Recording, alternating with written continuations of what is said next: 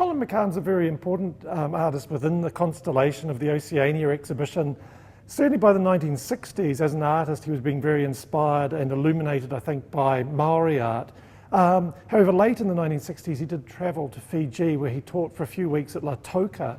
And by the early 1970s, he was becoming very, very aware of Polynesian realities on the broader framework of them. He started to introduce a motif based on the Polynesian lei, or length of beading, or flowers, which were used as a form of ornamentation, particularly in Polynesian houses in Auckland, where these beads would be put across photos of ancestors. And so with two of the McCann paintings that we have here in the gallery, you see this sort of arcing downward fall of beads at the top. Also, however, in the work called Manu, these dots are very much stand-ins for the gannets, which McCann used to see every day when he painted in his studio at Muriwai Beach, which of course was overlooking the Pacific. So in terms of his working environment, he moved about as close to the ocean as you could get. He was on a headland. He was inspired by the gannet colony, and in the work called Manu, you can see these swooping and sort of sideways movements of dots, which are stand-ins for the birds.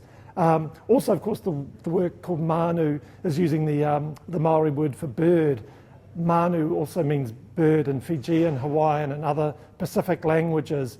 And here he's sort of, I think, making a very strong point about the migratory birds of the Pacific. And he's also making us aware of, you know, the passage of day and night, of tides, of currents, of winds, of animals and bird life, and also of peoples as they move across this vast area.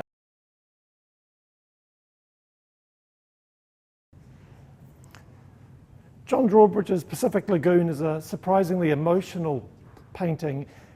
To me, it's very much informed with two things. It has a great sense of yearning in it. It's a painting that was done by Drawbridge when he was living in London in the early 1960s, in the cold climate, at a low point in the Cold War, and he was daydreaming about returning to the Pacific where he'd been brought up. It's also a painting, though, that I think has a sense of euphoria in it. It's a painting that's about these infinite, intense blue expanses that people in the Pacific inhabit. It's about the blueness of the sea, the blueness of the sky, and transitions between the two. It's almost like a sail of a boat. It's full of movement sideways. There are echoes of an atoll in the spherical shape in the middle of the work. So in this work, I think you see John Drawbridge returning to New Zealand, returning to the Pacific of his youth, while working away in a grim studio in the middle of London. Pat Henley, throughout his career, has been one of the great painters of the Pacific region in terms of its energy, its life force. And I think perhaps his most important statement is this work called Pacific Icon.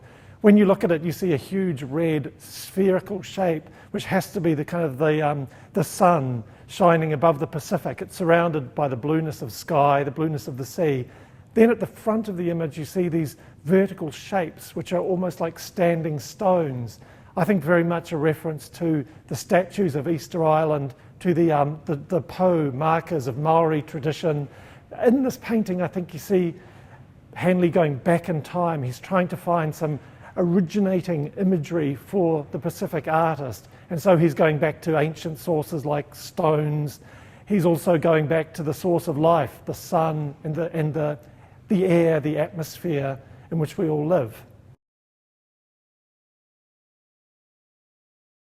By the 1980s, the painter Tony Thompson was living in the Auckland suburb of Grey Lynn, Ponsonby, and in that situation, he had a lot of contact with Polynesian people, and particularly with the Samoan community, who he became very, very intimate with.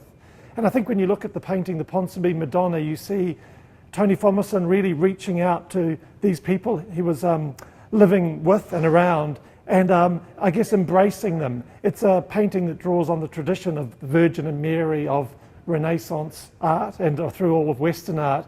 But of course, the big shift here is that he has made the Madonna and the Christ child into Polynesian people. He's celebrated the colour of their skin, their physiognomy. It's the most noble, uplifted image you could imagine of the Virgin and Child. Here we have, I think, one of the great icons. It's almost the size of a mural, and it's a statement, I guess, of different traditions coming together, Western tradition, and also, of course, the traditions of Oceania. This painting by John Walsh is called First We Take San Francisco. It's a painting that's full of many layers of meaning. It, of course, refers back to, I guess, the previous centuries when often you would have gatherings of Maori warriors on headlands. You would have the forming of a hikoi, which generally was a mission to go off and perform some function in some other part of the country. The event that John Walsh is referring to here, however, is an arts exhibition which early in the 2000s a group of Maori artists were taken off to North America to present their work in San Francisco. So the work is rather playfully titled First We Take San Francisco. And I think when you look at the hikoi that John Walsh has gathered here, you'll see it's quite remarkable and I think quite light-hearted too. He's actually included a wahine, a Maori woman in a flaming red skirt.